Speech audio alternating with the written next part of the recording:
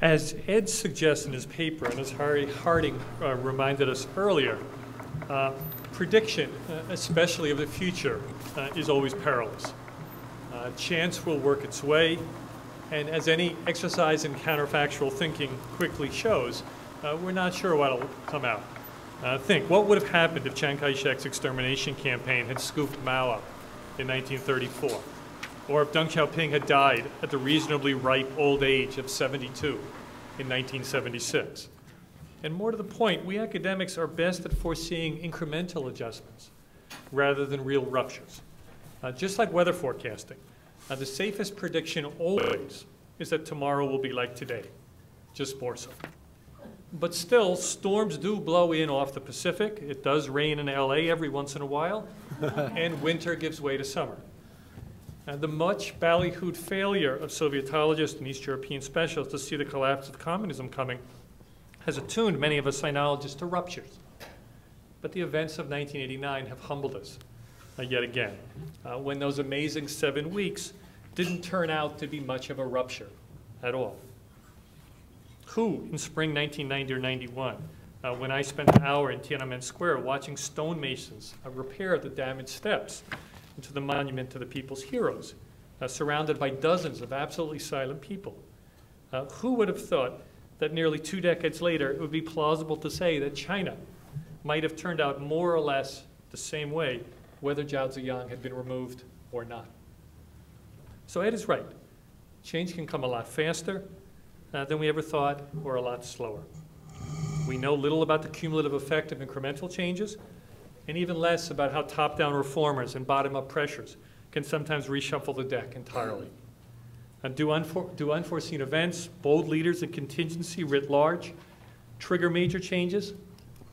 Or is it structural transformations like commercialization and globalization that keep a regime in power or presage its demise? Or is it, as I'm going to try to suggest today, changes in consciousness, sometimes subterranean, that maybe do win out in the long run? This last point brings me my only real question for Ed, the somewhat statist perspective he's adopted in this piece.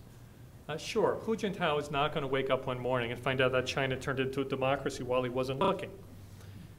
But is it possible that we, in Andy's Authoritarian Resilience School, are downplaying changes in consciousness that are going on under the surface, which really don't have many behavioral consequences yet, because most people are smart enough to keep their heads down and to wait for openings to appear.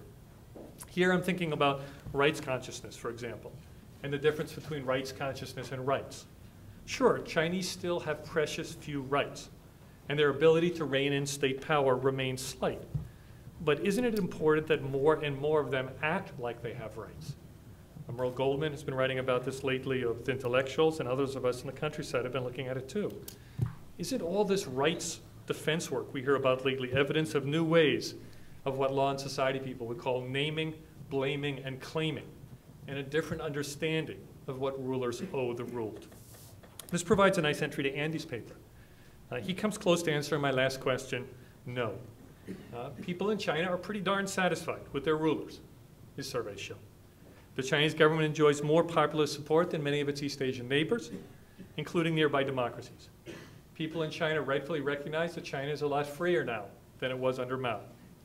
Most of them, however, don't have remarkably democratic values and are willing to accept what comes their way in terms of accountability, a strong legislature, freedom of speech, and such.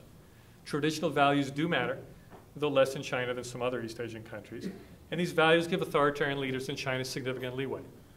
I read these results to suggest that those of us who are still working within the reform rather than the revolution paradigm are on the right track. The disgruntled may be disappointed, even indignant at times, but they're still by and large working within the system. This, by the way, fits in nicely with our research with Lianjiang Li on rightful resistance. Sure, people act up and they complain when local levels don't deliver what the center promises, but at the same time, most protesters are satisfied amazingly easily. A few crumbs, a mid-level official writing on a petition that it's lawful to disseminate policies, mainly to get somebody out of their office, is enough to satisfy a surprisingly large number of people. Now, I don't know if these petitioners think, as Andy's measure would have it, our form of government is best for us, but they do believe they can work the system to get some modicum of relief, or maybe just respect. When criticizing officials, their targets are still individual officials. Only a few we've run across go so far as saying all crows are equally black, which suggests a more systemic critique of the system, a sort of critique that Andy just doesn't find. Of course, focusing on individual malfeasant officials may just be a strategic move to help locate elite allies at higher levels and avoid repression, but it also may reflect an honest-to-goodness belief that the system is okay. It's just some bad eggs in it who are causing all the problems. So popular support, in other words, can be compatible with a lot of unrest. A lot of it comes down to the question of targets. As for where Andy's paper might head next, if the barrage of survey pieces I received to referee are any indication, the topics of popular support and political trust are really taking off. Jie Chun's book on popular political support in urban China points largely in the same direction as Andy's survey, as does Tang Wenfan's work on public opinion and political change in China. Some of the work on political trust by Lianjiang Li, however, and others, paints a more complex picture of different levels of support for different levels of government. Andy's paper also brought to mind a debate between Shi Tianjian and Chen Jie over how to interpret boycotting elections. Is refusing to vote or not voting a sign of apathy or of engagement in greater political consciousness? So I think ultimately Andy will want to place this piece in the broader context so we civilians who don't keep up on all this survey work can figure out what it all adds up to. I want to move toward closing with a wider point. I think the two papers together suggest that the question for China for the short to intermediate future is not democracy or authoritarianism. It's what kind of somewhat more open society, which is indisputable, can coexist with what kind of authoritarianism, which indeed seems just as resilient as Andy suggested. Ed provocatively says we should think of the current regime as a right populist authoritarian one, with Leninist, neo-nationalist, and possibly expansionist tendencies. I need to think more about it to watch that always unpredictable future unfold. But as someone who's worked on the NPC, village elections, legal reform, all these kind of things that are associated with reform, the stew of adjectives that Ed has come up with sounds just about right to me. And incidentally, this characterization that Ed has come up with, and I'd say that Andy largely subscribes to in some of its important respects, isn't all that different than the third scenario, which James Mann advocates in his new book, The China Fantasy. Another good long spell of reforming authoritarianism, I think, is the most popular view among academics, more so than the soothing scenario, the idea that trade and development will automatically lead to democracy, which he seems to think is more popular than it is, and also more popular than the upheaval scenario, which says that China is falling apart. I don't think this is the way most of us China folks look at it these days. We mostly are foxes, not hedgehogs, even those of us who study liberal reforms in an illiberal system. Let me just close with my own forecast. I happen to have made a forecast. I actually have made one forecast that I'm willing to own up to. I've been writing about village elections since 1992. And at a meeting in the Great Hall of the People in 2002 with some staff members of the Ministry of Civil Affairs, I suggested a bet that there wouldn't be township elections in China in 10 years, by 2012.